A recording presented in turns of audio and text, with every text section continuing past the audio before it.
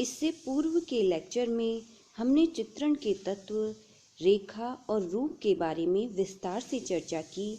इस लेक्चर में हम वर्ण, कलर के बारे में विस्तार से चर्चा करेंगे। Colour is the property of light rather than of bodies. It is not an entity but a sensation conveyed to the mind through media of the eyes. मानव जीवन में वर्ण का महत्वपूर्ण स्थान है। प्रत्येक वस्तु कोई न कोई रंग लिए हुए है। वस्तुओं के धरातल में रंग होने के कारण ही वह हमें दिखाई देती हैं। धरातलों पर प्रकाश की मात्रा कम अथवा अधिक होने से एक ही रंग की वस्तुएं अलग अलग दिखाई देती हैं। एक ही वस्तु बंद कमरे में, धूप में तथा विभिन्न ऋतुओं में अथवा विभिन्न स्थानों पर प्रकाश की मात्रा तथा वातावरण के कारण रंग व्यवस्था की एक ही रंगत के होते हुए भी भिन्न दिखाई देती हैं। रंगों के प्रति मानव का आकर्षण कभी घटा नहीं है। इसीलिए तो आदिम गुहावासियों से लेकर आधुनिक मानव तक ने सौंदर्य के विकास में वर्ण का सहारा लिया है। कमरे की रंग व्यवस्था से लेकर बाग बगीचों में फूल पौधों की रंग योजना तक में उसने अपना हस्तक्षेप किया है, क्योंकि रंगों का अपना एक प्रभाव होता है जो मानव की मानसिक भावनाओं को उद्वेलित करने की शक्ति रखता है। सबसे पहले वर्णबोध यानी नॉलेज ऑफ कलर्स की चर्चा करते हैं कि रंगों का ज्ञान किस प्रकार होता है। प्रकाश किरणों के द्वारा ही हम वस्तु के रंग को देखते हैं। जो प्रकाश पुंज यानी जो लाइट वस्तु के ऊपर पड़ती है, उसमें से वस्तु कुछ प्रकाश को तो वापस कर देती है, लेकिन कुछ प्रकाश को अपने में समा लेती है। जो प्रकाश वस्तु वापस करती है, उसी में उसका वर्ण तथा अन्य गुण होते हैं और वह दर्शक के अक्षपटल रेटिना पर पड़ते हैं। अक्षपटल के पार्श्व में यानी पीछे रोड्स व कोन्स नामक सूक्ष्म तंतु ग्रंथियां होती हैं, जिनके द्वारा हम वस्तु से परावर्तित यानी वापस की गई तरंगों द्वारा वस्तु का वर्ण अनुभव करते हैं।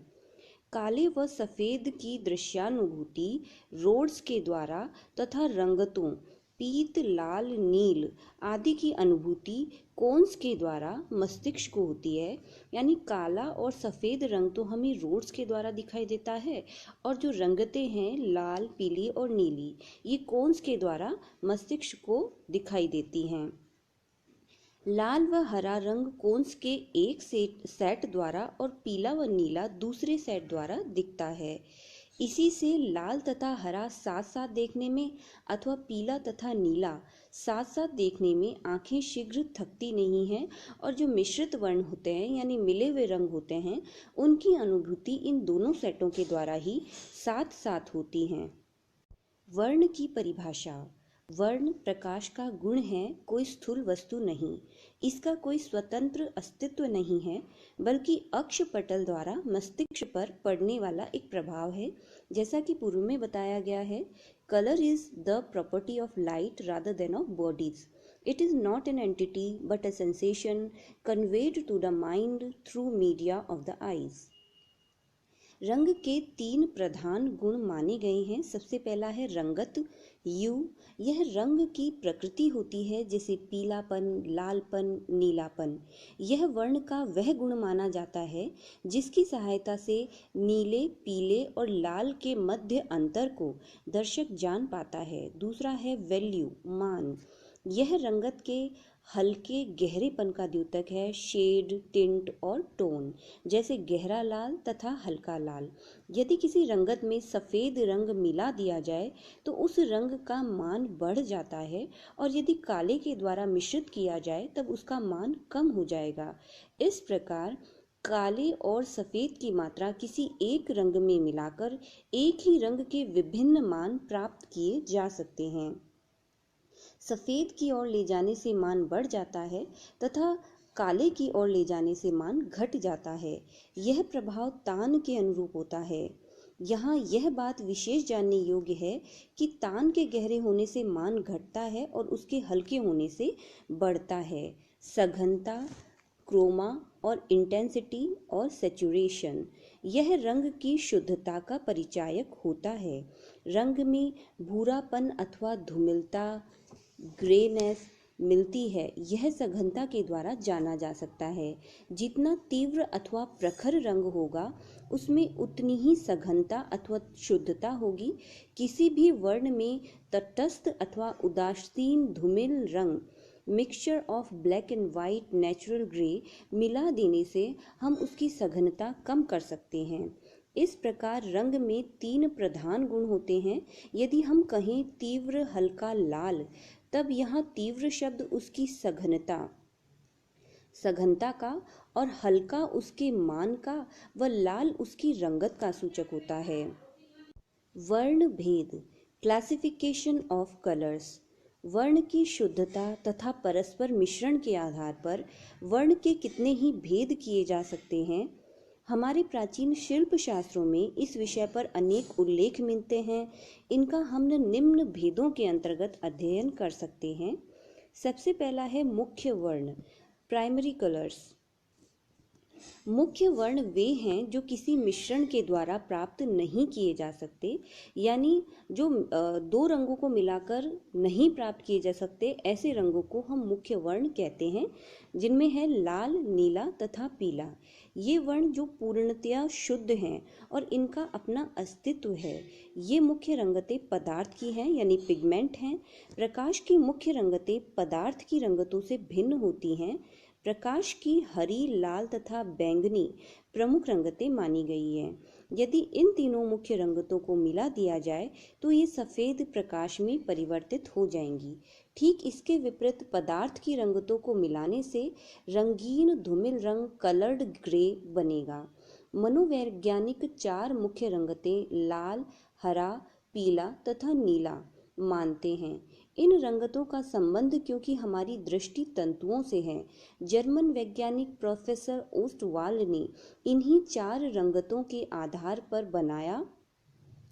को आधार बनाया तथा इन्हीं रंगतों के आधार पर उन्होंने आदर्श वर्ण चक्र तैयार किया है।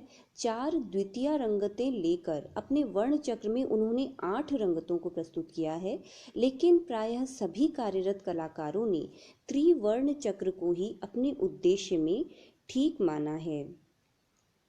दूसरी है द्वितीय रंगतें, सेकेंडरी कलर्स। किन्हीं 2 प्रधान रंगतों को मिलाने से जो रंग प्राप्त होते हैं वह द्वितीय रंगतों के अंतर्गत आते हैं, यानी 2 प्राइमरी कलर्स को आपस में मिला दें तो जो रंग प्राप्त होता है उसे सेकेंडरी कलर कहते हैं।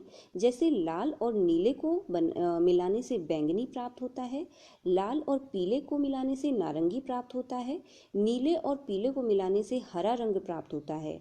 तो इस प्रकार बैंगनी, नारंगी और हरा रंग ये सेकेंडरी कलर्स हैं। इसी प्रकार यदि किन्हीं 2 द्वितीय रंगतों को मिलाया जाए तो विभिन्न रंगतों की प्राप्ति हो सकती है। नेक्स्ट है समीपवर्ती रंग, एनालॉगस कलर्स। संबंधित वर्ण उन रंगों को कहते हैं जिसमें एक ही श्रेणी या जाति के रंग विद्यमान हो, जैसे पीला, पीला नारंगी, नारंगी। सभी में पीला रंग उपस्थित है, या जिस तरह इस पिक्चर में दिखाया गया है, नीला, हरा और नीला हरा, इनमें सब में नीला रंग विद्यमान है। पूरक या विरोधी वर्ण, कॉम्प्लीमेंट्री और अपोजिट कलर। यदि किन्हीं 2 मुख्य रंगतों, प्राइमरी कलर्स को मिला दिया जाए तो इससे जो द्वितीय रंग प्राप्त होता है और जो शेष बची हुई मुख्य रंगत या प्राइमरी कलर होता है, ये एक दूसरे के विरोधी तथा पूरक कहलाएंगे। अर्थात यदि हम 2 प्राइमरी कलर्स को आपस में मिला दें तो इससे जो हमें सेकेंडरी कलर मिला और इसके अलावा जो बचा हुआ प्राइमरी कलर है वे आपस में एक दूसरे के पूरक, कॉम्प्लीमेंट्री या अपोजिट कलर कहलाते हैं। जैसे लाल का पूरक है हरा, क्योंकि हरा रंग बना है किससे, नीला और पीले के मिश्रण से, तो बाकी बची कौन सी प्रमुख या प्राथमिक रंगत, वह है लाल। तो इस प्रकार हरा और लाल एक दूसरे के पूरक हो गए। इसी प्रकार नारंगी का पूरक होगा नीला, क्योंकि नारंगी बना है पीले और लाल के मिश्रण से, इसलिए नीला उसका पूरक हो गया। और बैंगनी का पूरक है पीला, क्योंकि बैंगनी बना है नीले और लाल के मिश्रण से, अतः पीला रंग उसका पूरक कलर, कॉम्प्लीमेंट्री कलर या अपोजिट कलर है। नेक्स्ट है एकाकी वर्ण, मोनोक्रोम। यहाँ केवल एक ही रंगत के विभिन्न मान तथा सघनता वाली रंगतों का तालमेल एकाकी रंग के अंतर्गत आता है, क्योंकि ये एक ही वर्ण से बने होते हैं, जैसे नीला, हल्का नीला या गहरा नीला। तटस्थ रंग या नेचुरल कलर्स, जिन्हें साधारणतया अवर्णीय की श्रेणी में लिया जाता है, जबकि रंगों का आधार इसी श्रेणी के रंग है। ये रंग होते हैं काला, सलेटी व सफेद रंग। वर्ण प्रभाव, इफेक्ट ऑफ कलर्स, रंगों के मानसिक प्रभाव होते हैं जिनका हमारी भावनाओं से संबंध होता है और वर्ण उनको उद्वेलित करने की शक्ति रखते हैं। इस प्रकार रंग में वह गुप्त ऊर्जा, एनर्जी होती है कि वह एक अनंत गतिशीलता प्रदान कर सकती है।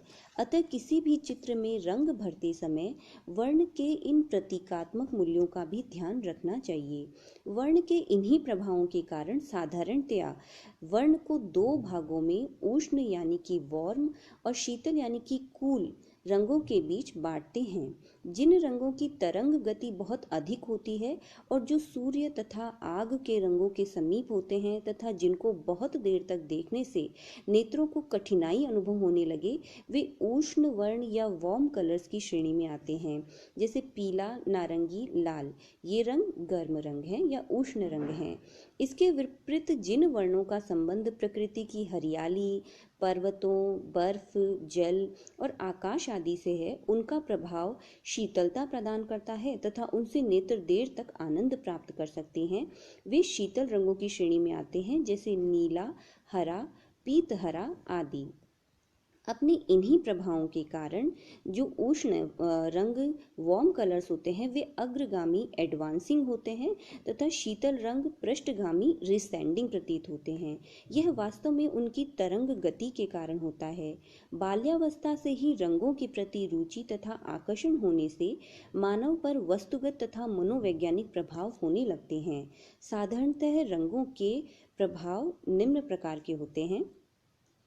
लाल रंग क्योंकि गर्म रंग है, इससे जो प्रभाव उत्पन्न होते हैं वह उत्तेजना, एक्साइटमेंट, प्रसन्नता तथा उल्लास, फेस्टिविटी, विप्लव, रिवोल्यूशन, राष्ट्र प्रेम, पैट्रियोटिज्म, युद्ध, वार, भय तथा शंका, डेंजर, क्रोध, एंगर, घृणा, हेटर्ड, उष्णता, heat and fire, Prem, love, कामुकता तथा आवेग, पैशन, ओज, विज्ञौर, अराजकता, एनार्ची आदि। अगर संक्षेप में कहा जाए तो जितनी भी तीव्र भावनाएं हैं, तेज भावनाएं हैं, का स्पष्टीकरण इस रंग के माध्यम से संभव हो सकता है। इसी कारण यह रंग गर्म कलर या वार्म कलर कहलाता है। नेक्स्ट है पीला रंग, येलो कलर। इससे जो भाव उत्पन्न होते हैं वे हैं प्रसन्नता, चीयरफुल, गर्व, एलाइटिंग, प्रफुल्लता, गैटी, प्रखरता, सनशाइन, ताप रहित ऊष्मा, वार्म विदाउट हीट, प्रकाश, लाइट, ओप तथा चमक, ब्रिलियंसी एंड ग्लोइंग, बुद्धिमता, विजडम, समीपता, क्लोजनेस। यह भी गर्म प्रभाव वाला रंग कहलाता है। फिर है नीला रंग, ब्लू कलर। इससे जो प्रभाव उत्पन्न होते हैं वे हैं शीतलता, कूलनेस, राजस्व, रियलिटी, सत्यता, ट्रुथ, आनंद, प्लेजर, रात्रि एवं आकाश, नाइट एंड स्काई, निराशा, डिस्पेयर, दुख तथा मलिनता, सैडनेस, दूरी, डिस्टेंस, मानसिक अवसाद, मेंटल डिप्रेशन, उद्विग्नता, मॉर्नफुल, स्थिरता तथा दृढ़ता, कॉन्स्टेंसी। यह शीतल प्रकृति का रंग है, यानी ये कूल कलर है। नेक्स्ट है हरा रंग, ग्रीन कलर। शिथिलता तथा विश्राम, रिलैक्सिंग, सुरक्षा, सेफ्टी, मनोहरता, प्लीजेंटनेस, वसंत, स्प्रिंग, प्रजनन तथा विकास, फर्टिलिटी एंड ग्रोथ, प्रफुल्लता एवं प्रचुरता, एबंडेंस, ईर्ष्या, जेलस, अशक्तता, वीकनेस। ये सभी प्रभाव हरे रंग से उत्पन्न होते हैं और हरे रंग को शीतल रंग या कूल कलर माना जाता है। नेक्स्ट है नारंगी रंग, ऑरेंज। इससे ज्ञान, नॉलेज, वीरता, ब्रेवरी, प्रेरणा, स्टिमुलेटिंग, लपट, फ्लेम, ये प्रभाव उत्पन्न होते हैं। नेक्स्ट है बैंगनी कलर, वॉयलेट। जिससे राजसी, रॉयल्टी, सम्मान, डिग्निटी, रहस्य एवं मृत्यु, मिस्ट्री एंड डेथ ये प्रभाव उत्पन्न होते हैं। और सफ़ेद रंग से जो भाव उत्पन्न होते हैं वे हैं शांति, पीस, एकता, यूनिटी, स्वच्छता, प्योरिटी और उज्ज्वलता, लाइट। काले रंग से उत्पन्न होने वाले प्रभाव हैं अवसाद, डिप्रेशन, अंधेरा, डार्कनेस, भय, फियर और बुराई, इविल्स। वर्ण परिवर्तन, अपरेंट चेंज ऑफ कलर्स। रंगों की संगति, हार्मनी ऑफ कलर्स का अध्ययन करने से पूर्व रंगों में प्रकट परिवर्तन को जानना अत्यंत आवश्यक है। इसका अध्ययन प्रयोगात्मक आधार पर एक्सपेरिमेंटल किया जाना चाहिए। यह वर्ण परिवर्तन निम्न प्रकार या कारणों से हो सकता है। सबसे पहले है एक ही समय में होने वाला रंगत में अंतर, सिमिल्टेनियस कॉन्ट्रास्ट ऑफ ह्यू। यदि दो या अधिक रंगों को एक दूसरे के आसपास लगा दिया जाए तो वो अपने हल्के पूरक यानी कॉम्प्लीमेंट्री कलर से घिरने लगते हैं। उनके चारों ओर उनके पूरक रंगों यानी कॉम्प्लीमेंट्री कलर या अपोजिट कलर की झलक दिखाई देने लगती है। उदाहरणार्थ, यदि पीला वर्ण लाल रंग की पार्श्व भूमि पर बैकग्राउंड पर लगा दिया जाए तो पीले पर हरा व नीले पर बैंगनी प्रभाव आने लगेगा, क्योंकि लाल का पूरक हरा है और पीले का पूरक बैंगनी रंग है। नेक्स्ट है एक ही समय में होने वाला रंग के मान में अंतर, सिमिल्टेनियस कॉन्ट्रास्ट ऑफ वैल्यू। यदि हल्का रंग उसी रंग की गहरी पृष्ठभूमि पर बैकग्राउंड पर लगाया जाए तो वह हल्का रंग और हल्का और गहरा रंग और गहरा प्रतीत होगा।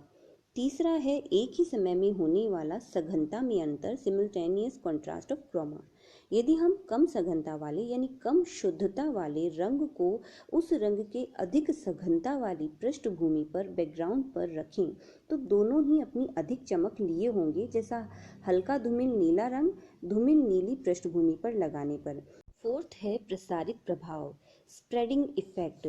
एक रंग सफ़ेद पृष्ठभूमि में गहरा लगेगा और वही रंग काली पृष्ठभूमि में यानी ब्लैक बैकग्राउंड में चमकदार लगेगा। यदि इसी रंग को उसके पूरक रंग कॉम्प्लीमेंट्री कलर की पृष्ठभूमि में देखा जाए तो प्रभाव भिन्न होगा। ऐसा प्रकाश तथा पृष्ठभूमि द्वारा अक्षपटल रेटिना पर पड़ने वाले प्रभाव के कारण होता है। पृष्ठभूमि का विरोधी रंग मध्य में स्थित वर्ण के साथ मिश्रित होकर ही यह प्रभाव उत्पन्न करता है। पांचवा है क्रमिक विरोधाभास, सक्सेसिव कंट्रास्ट। जब दर्शक चित्र में किसी आकर्षक वर्ण को, अट्रैक्टिव कलर को देखकर दूसरे वर्ण की ओर दृष्टिपात करता है, दूसरे कलर को देखने लगता है, तो प्रथम वर्ण का प्रभाव दूसरे वर्ण को प्रभावित कर देता है। यानी पहले हम किसी अट्रैक्टिव कलर को देखें और फिर तुरंत ही किसी दूसरे रंग को देखें तो पहले रंग का प्रभाव दूसरे रंग को भी प्रभावित कर देता है। इसे क्रमिक विरोधाभास, सक्सेसिव कंट्रास्ट कहते हैं। जैसे हम पूर्ण प्रकाश से कमरे में जाएं तो कुछ क्षण के लिए हमें कमरे में अंधेरा छाया हुआ दिखाई देता है। परिणाम तथा दूरी का प्रभाव, साइज एंड डिस्टेंस फैक्टर।